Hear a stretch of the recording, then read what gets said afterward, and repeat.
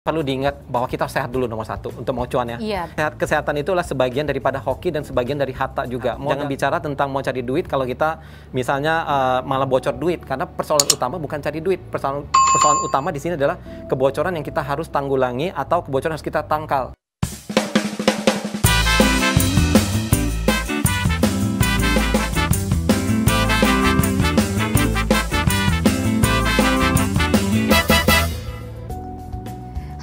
Selamat sore Sobat 7 yang sudah gabung sore hari ini dari manapun kalian berada. Jadi kita akan bahas Feng Shui baik di tahun 2021. Dan sekarang kita langsung ke narasumber saya yang sudah hadir di studio. Ini ada Ko Julius yang merupakan Feng Shui expert. Apa kabar Ko Julius? Kabar baik Lia, Sobat 7. Kalau misalnya kita bicara soal Feng Shui sendiri, ini biasanya mengulik soal apa sih? Pembahasan Feng Shui sendiri ini mempelajari tentang bagaimana energi itu ada di alam semesta kita, kemudian wujudnya, pengaruhnya terhadap hoki seseorang, ya, dan juga bagaimana pola-pola energi itu terhadap seseorang, rumah ataupun alam seperti itu. Faktor-faktornya itu apa aja sih yang perlu diperhatikan ketika satu orang harus membaca Feng Shui seseorang gitu? Trinitas kosmik. Trinitas kosmik ada 3, oke. Jadi yang pertama ini adalah keberuntungan langit. Keberuntungan langit ini kita sebut seperti faktor timing, ya, di mana ini seperti waktu yang berjalan. Hoki seseorang saat dilahirkan, contohnya lahir dari orang tua yang kaya, berkuasa, atau dari orang yang susah. Dan kedua adalah keberuntungan daripada lokasi atau lingkungan seseorang tuh berada. Dan yang ketiga adalah faktor manusianya sendiri. Contohnya adalah pendidikan dia, usaha kerja keras dia, amal ibadah dia, networking dia, pengalaman dia, skill yang dia kuasai, dan macam-macam. Nah, yang ini kita bisa maksimalkan di sini. Jadi semua orang punya talenta, misalnya bisa pintar berbahasa asing, punya kalian khusus. Tetapi kalau tidak didukung oleh hoki yang baik dan tidak didukung oleh lingkungan yang baik, kemungkinan suksesnya itu agak terbatas. Soal tahun 2021 ini yang penting nih, Ko Julius. Menurut perhitungan Feng Shui secara umum, apakah tahun 2021 lebih baik daripada 2020? Oke, kita tahu ya Sobat 7 bahwa tahun 2020 itu kayak adalah tahun perubahan ya. Semua orang kayak seperti kena bom. Betul. Ya, tahun perubahan. Ini kita sudah kemarin waktu diprediksi, kemarin di salah satu stasiun TV kita juga ngomong, ingat loh ya, tahun tikus logam kemarin adalah tahun yang bikin shock, tahun perubahan. Di awal tahun ini harus dilihat bahwa pandemi ini tidak akan mereda. Tetapi sisi positifnya adalah bahwa semester kedua keadaan ekonomi akan membaik dan pandemi ini lebih mudah terkontrol. Dan corona sendiri kita akan hadapi 2 tahun lagi ya, dan secepat-cepatnya selama-lambatnya corona ini mereda, kemungkinan besar adalah di awal 2023. Jadi kita masih perlu 2 tahun lagi. Menurut Feng Shui lagi, apakah ada nggak tips buat kita lebih cuan-cuan gitu? Perlu diingat bahwa kita harus sehat dulu nomor satu untuk mau cuan ya. Iya, betul. Kalau kita sehat, karena kesehatan itulah sebagian daripada hoki dan sebagian dari harta juga. Modal kita nih.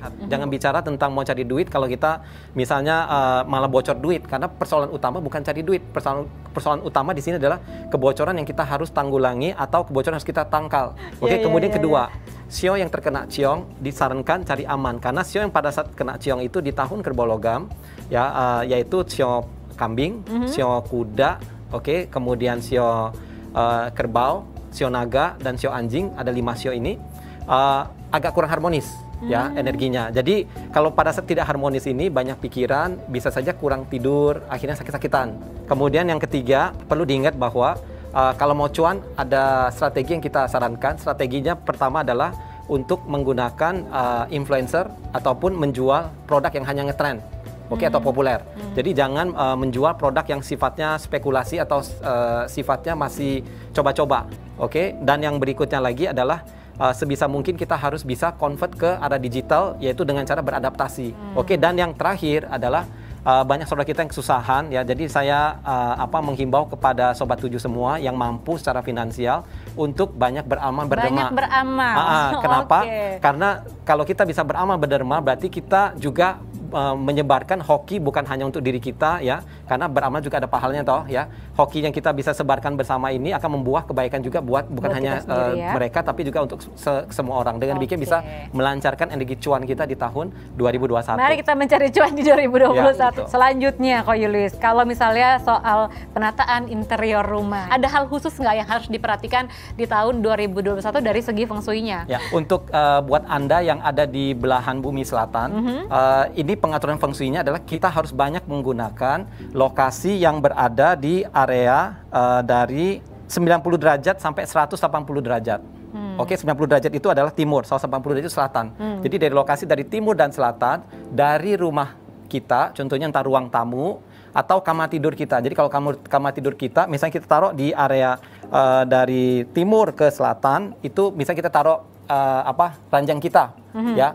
Ya, sedangkan kalau buat mereka yang ada di belahan bumi utara, area yang bagusnya itu ada dari 0 derajat sampai 90 derajat, which is dari utara sampai dengan timur. Kalau ini tadi 90 sampai 90, kalau di atas 0 sampai 90. Ya, yaitu dari utara sampai dengan timur. Jadi kalau kita dalam hal penataan tata letak di tahunan di sana, kita akan lebih sehat otomatis yang disarankan, yang diharapkan, kemudian lebih banyak kelancaran. Untuk jodoh, ini ada titipan pertanyaan. Untuk jodoh, apakah ada tips khusus untuk bisa lebih dimudahkan jodohnya di tahun 2021? Ayo, siapa yang nitip pertanyaan ini? Saya sarankan buat yang mau enteng jodoh, pertama kita harus lihat dulu.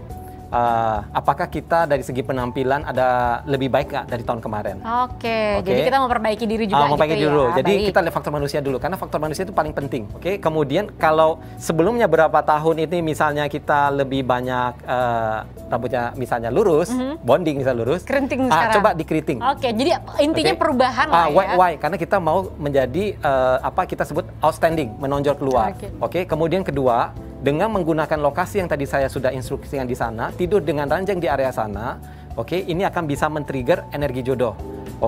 But mostly saya lihat di tahun kerbau logam ini ya ada beberapa sio memang akan mudah terbuka jodoh, ya salah satunya mungkin sio tikus di sana yang populer dan sebagainya.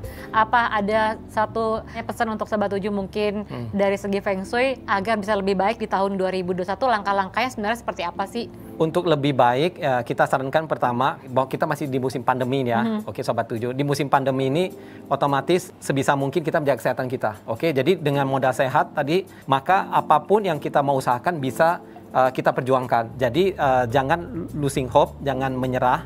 Tetap berpikiran positif dan optimis ya, karena elemen kerbau logam ini semua elemen yang dingin. Jadi orang lagi pada pesimis semua. Nah, tahun ini kalau mau sukses juga harus kontrol ucapan, jaga ucapan. Karena ucapan logam, mungkin juga jari kan sekarang banyak di sosmed. Jangan sampai berkata yang nggak bagus. Ya, ucapan dan statement lah ya, statement. Jadi sosial media dan sebagainya. Jadi